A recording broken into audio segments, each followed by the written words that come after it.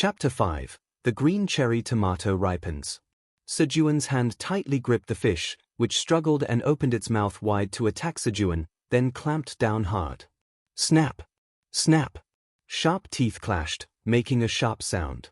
Each time, Sejun held on tighter, fearing that if he lost his grip, he might lose a finger.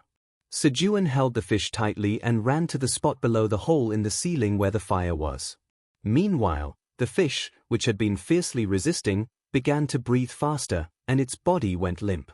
Upon reaching the fire, Sejun carefully laid down a single green onion leaf on the ground.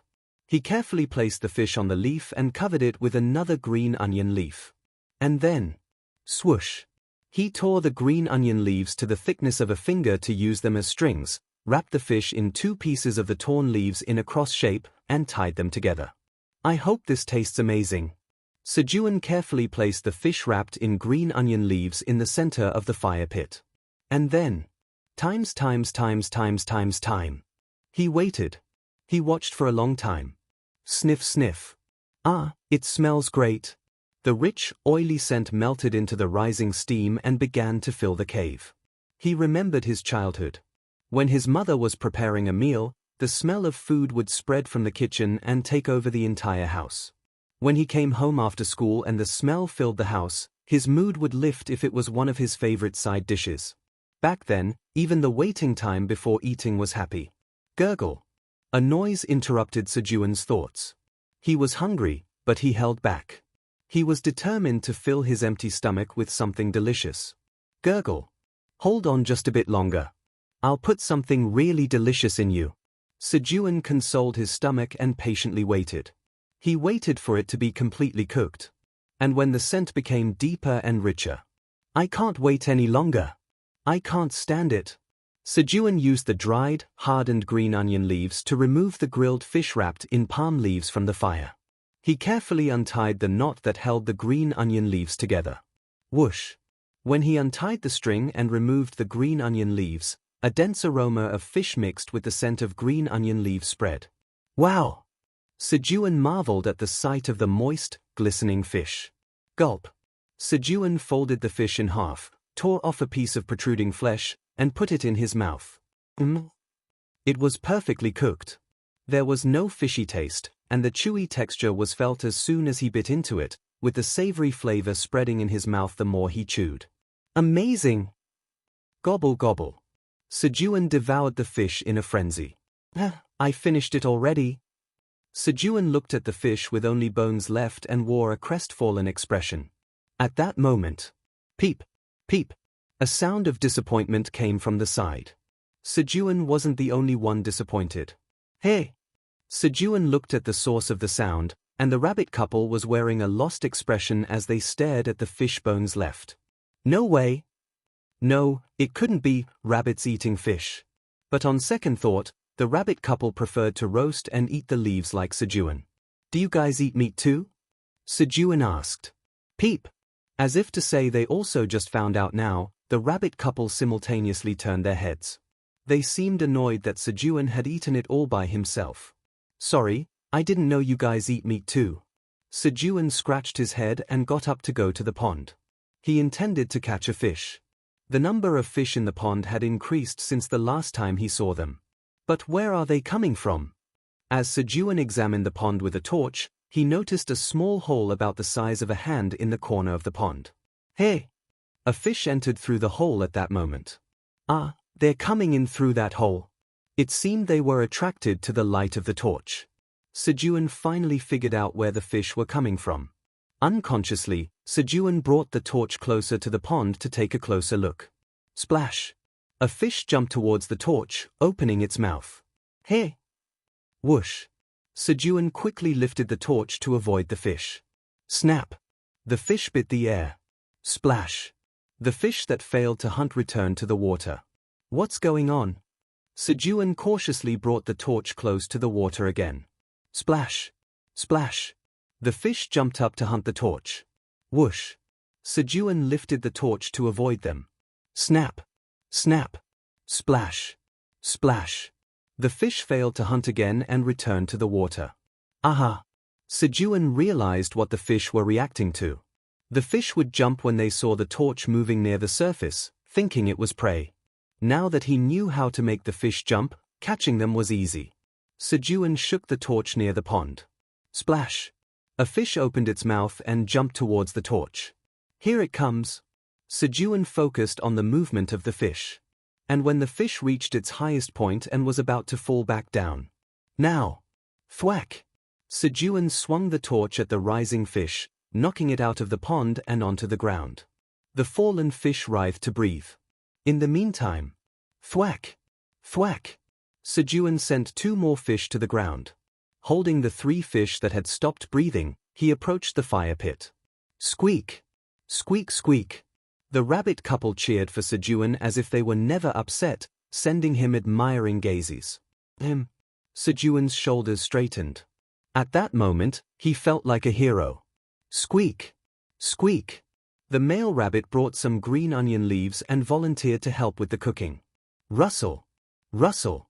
Next to them, the female rabbit tore the green onion leaves into small pieces to make strings. It's done! Sejun spoke as he placed the 3rd fish on the fire. All that was left was to wrap the fish in green onion leaves and tie them up, so the cooking process can be started quickly. And again, they waited happy. On the 11th day of being trapped in the tower, Sejun and the rabbit couple filled their bellies with fish and went to sleep. Beep beep beep. Beep beep beep. June 19th, 6 a.m. It was the morning of the 41st day of being trapped in the tower. Let's get moving. Sejun woke up and approached the pond. However, there was now an additional small pond next to the old one, which hadn't been there before. In order to avoid the fish's attacks, a small faucet-like water stream was connected next to the pond. Sejun washed his face and fetched water from there. Splish! Splash! Sejun washed his face and went to the field. In the field, centered around Sejun's designated rock, there were green onions in the front, cherry tomatoes that had grown to the height of Sejun's knees on the left, and sprouts of sweet potatoes on the right. Finally, the long-awaited sweet potato sprouts appeared. All the crops Sejun had planted on the first day of the crisis had safely taken root at the top. I'm proud. A lot had happened in the meantime. On the 32nd day of being trapped in the tower, a blue moon appeared again. With that, Sejun realized that the blue moon cycle on the floor he was on was 30 days. And a few days ago, in their burrow, Mrs. Rabbit gave birth to 6 babies, and the family grew. Peep! Peep! As the energetic cries of the baby rabbits came from inside the burrow, Daddy Rabbit busily started watering the green onion leaves. I have to prepare breakfast. Seeing the busy rabbit couple, Sejun wanted to help them. Snap! Snap! He broke off 10 green onion leaves and put them on the fire, and the rest were laid on the ground to dry. Then he approached the pond and waved the torch from side to side over the water. Splash! Splash! The fish that jumped up to hunt the torchlight. Sejun swung the torch towards them. Thump! Today, luckily, it was a one-hit kill. Flutter, flutter. He covered 2 fish with green onion leaves, tied them with stems, and put them on the fire. In the meantime, he took out the well-cooked green onions and ate them. It's comforting to have something warm inside. After eating the cooked green onions, Sejun watered the crops and spent some time staring blankly. Sniff, sniff. A delicious smell began to spread. Tap, tap. Sejun began to cut the strings that tied the fish wrapped in leaves as he took them out of the fire. Just then, the husband rabbit came out of the burrow, wobbling. Rabbit! Sejun called the daddy rabbit. Peep! The husband rabbit seemed to be tired from parenting, his response lacked energy. Share this with your wife. Peep! The moved husband rabbit hurriedly took the fish and went into the burrow. However, peep! Peep! As the baby rabbits woke up, the rabbit couple could only eat the fish after a while. Beep beep! Beep beep! June 19th, 5 a.m. On the 50th day of the crisis, the smartphone rang the alarm for the last time and died. Fortunately, the rabbits woke up precisely at 5 a.m. and went to bed at 7 p.m. It seemed that there would be no change of the time difference due to the continuous daylight if they followed the rabbits' daily rhythm. You did well. Sejun put the dead smartphone in his bag with the already dead laptop. At that time, peep! Peep! The rabbit couple, who seemed to have become familiar with parenting by now, came out of the burrow and greeted him. "Ah, good morning." Swoosh. Swish, swish. While the husband rabbit watered the crops with a watering can and the wife rabbit cut the green onion leaves. Thump. Thump. Sejun caught fish from the pond. Then, holding the caught fish, he went to the fire and wrapped the fish in leaves and put them in the fire. The wife rabbit took out the roasted green onions, beautifully arranged them on the leaves, and handed them to Sejun before going back into the burrow with her husband. They went inside to prepare breakfast for their babies. Munch. Munch. As he satisfied his hunger by eating the green onion. Hey! Sejun noticed a small yellow flower blooming at the end of a cherry tomato branch. He remembered what he had read on the internet. If there were no bees or wind, pollination wouldn't happen. There was a gentle breeze in the cave, but Sejun decided to make sure pollination took place by carefully rubbing the flower with the fishbone. Please work. Please work. Sejun pollinated the flower with his earnest heart. Let's get moving. As soon as Sejun got up, he approached the rock wall of the cave. And swoosh. He used a fishbone to etch a line on the rock wall. Next to it, there were 2 vertical lines and 10 lines above. It had been 61 days since getting trapped in the tower. He had been recording the date like this since the smartphone battery died. It's already been 61 days. Just as Sejun's mood began to sink, the cave became noisy. Beep! Beep! Baby!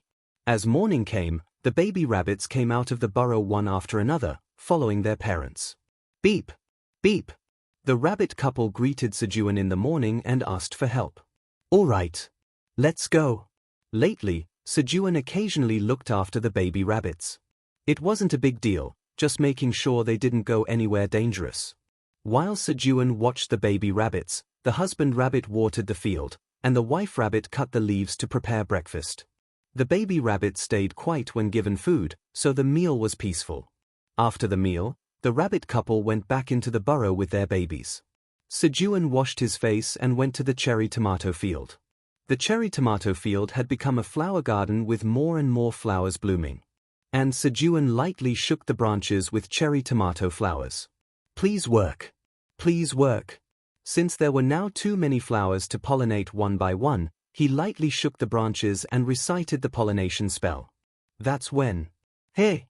A tiny green cherry tomato, smaller than a bean, appeared between the fallen petals. On the 61st day of being trapped in the tower, the green cherry tomato finally ripened. It was the day before the blue moon.